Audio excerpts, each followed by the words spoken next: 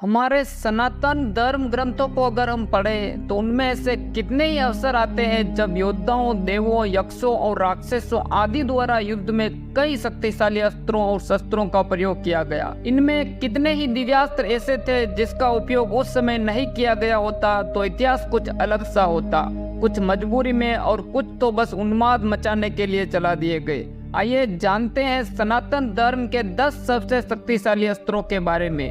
Video में आगे बढ़ने से पहले वीडियो को एक लाइक कर हमारे चैनल को सब्सक्राइब अवश्य कर ले। नंबर 10, वज्रायुद्र। वज्रायुद्र भगवान इंद्र का व्यक्तिगत हथियार है जिससे बिजली निकलती थी। इसका निर्माण महर्षि दधीचि की अस्थियों से किया गया था। इस अस्त्र का उपयोग करके ही देवराज इंद्र ने वृत्तासुर नामक दैत्य का वध किया था। यह देवराज इंद्र के वज्र के समान ही शक्तिशाली अस्त्र था। नंबर 9, वासी शक्ति।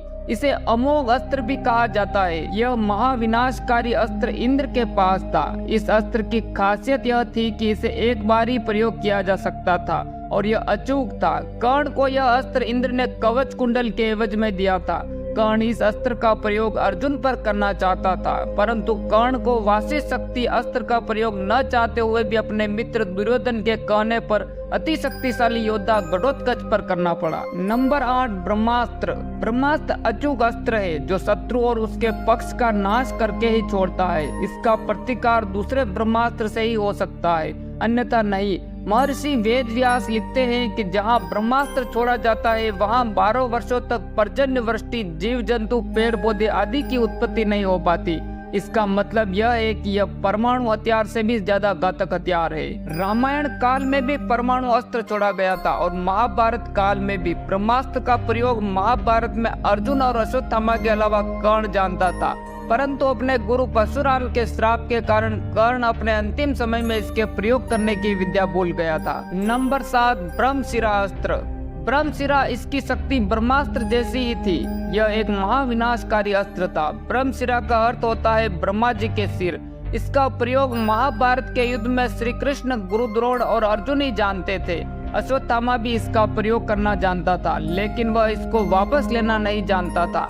युद्ध के अंत में उसने क्रोधवश यह चला दिया था। जवाब में अर्जुन ने भी अश्वत्थामा पर ब्रह्मशिरा का प्रयोग कर दिया, परंतु बाद में जब ऋषि मुनियों ने अर्जुन एवं अश्वत्थामा को समझाया कि इन दो महाविनाशकारी अस्त्रों के आपस में टकराने से पृथ्वी में प्रलय आ जाएगी, तब अर्जुन ने इसे वापस ले लिया। किंतु अश्वत्थामा ऐसा करने में असमर्थ था और उसने इस अस्त्र को अर्जुन की पुत्रवधू उत्तरा के गर्भ की ओर मोड़ दिया।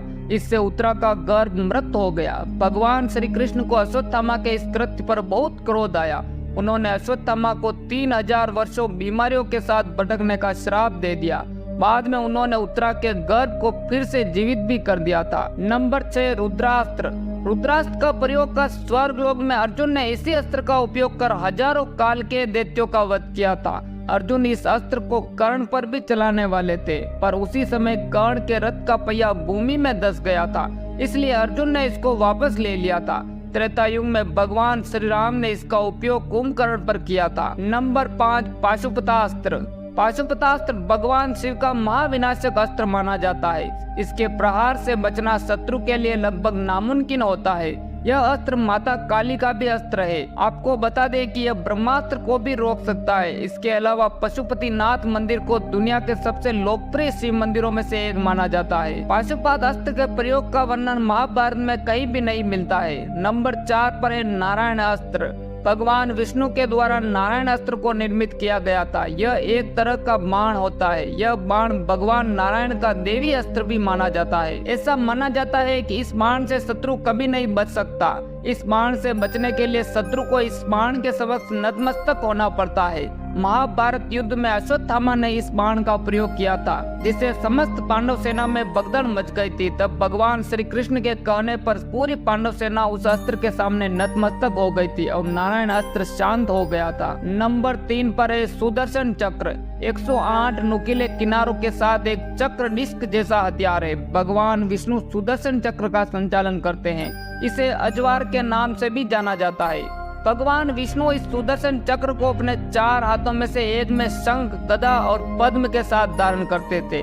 कहते हैं यह भगवान शिव द्वारा विष्णु को उपहार में दिया गया था, जो कि सूर्य की किरणों के अंश और शिव के त्रिशूल से बना था।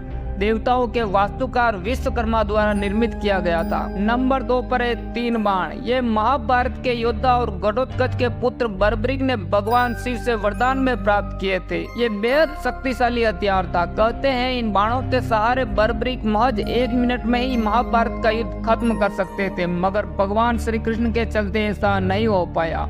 नंबर 1 पर है त्रिशूल। भगवान शिव का अस्त्र होने के साथ साथ त्रिशूल दुर्गा माता का भी अस्त्र है। त्रिशूल का अर्थ 3 शूल होता है। भगवान शिव के अलावा कोई और इस अस्त्र पर काबू नहीं कर सकता है।